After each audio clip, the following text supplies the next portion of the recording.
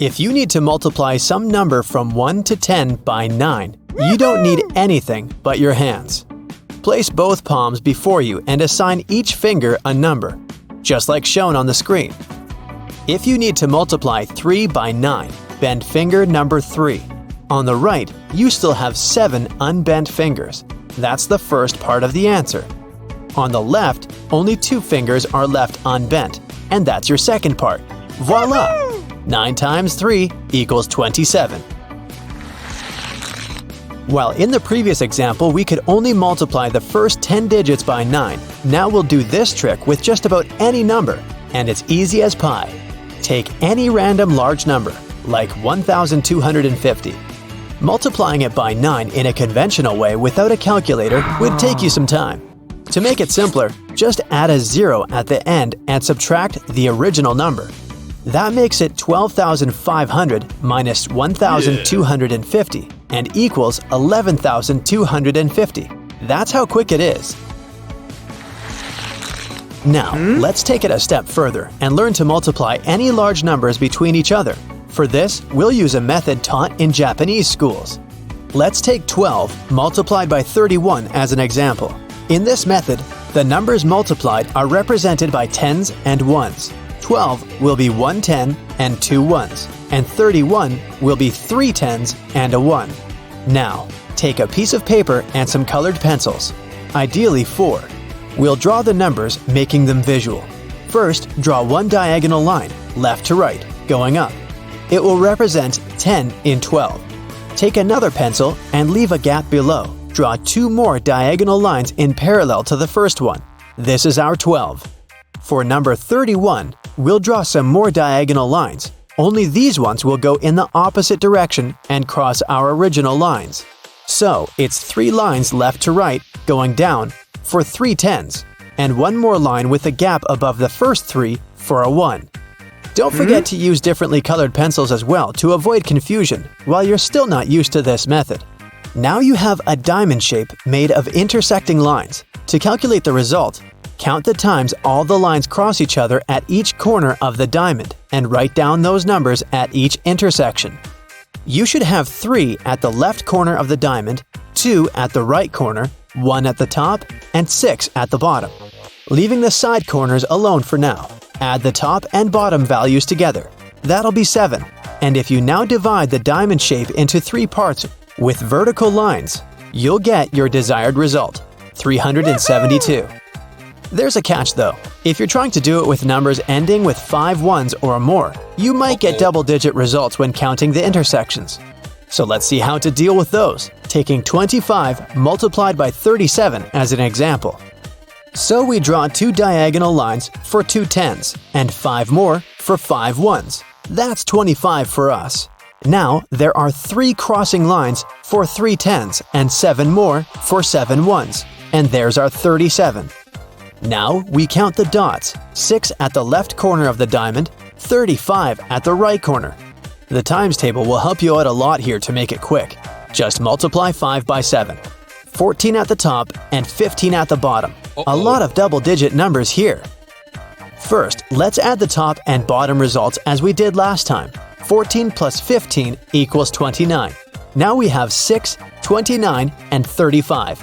Take the rightmost number and only leave the 5 in it, transferring the 3 to the middle number and adding it to the sum. You'll get 6, 32, and 5. Do the same with 32 now. Only leave the 2 and transfer the 3 to the left. Add it to the 6 and voila! You've got your answer. Check yourself with a calculator if you want, but 925 really is the correct result. And finally, the same method can be applied to even larger 3-digit numbers. Let's take 322 multiplied by 14 as an example. First, we draw 322 just as we did previously. Only now the hundreds are a separate set of diagonal lines. There will be 3, 2, and another 2. Next, add the crossing lines of 14, 1, and 4. You can see now we have not 3, but 4 sections, so let's count the dots. That's 3 in the leftmost section, 12 at the first top, 8 at the second top, 2 and 2 at the first and second bottom intersections, and 8 in the rightmost section. Adding the first top and bottom dots, we get 14, and adding the second ones, we get 10. And the result is 3, 14, 10, and 8. And now you already know what to do. Transfer the 1 from 10 left. Add it to 14. Then transfer the 1 from the resulting 15 left too. And here you go. 4,508 is your answer. The multiplication table ends with 10, and most people end up memorizing it sooner or later. But there's also a way to take it a step further and learn to multiply by 11 just as quickly. Let's take 34 as an example and multiply it by 11. First, separate the digits, making it 3 and 4 with a space between them. In that space, put the sum of these two digits. 3 plus 4 equals 7. That's your answer, 374. With some numbers, addition may result in a two-digit number. That's the case with, say, 87. You'll get 8, 15, and 7.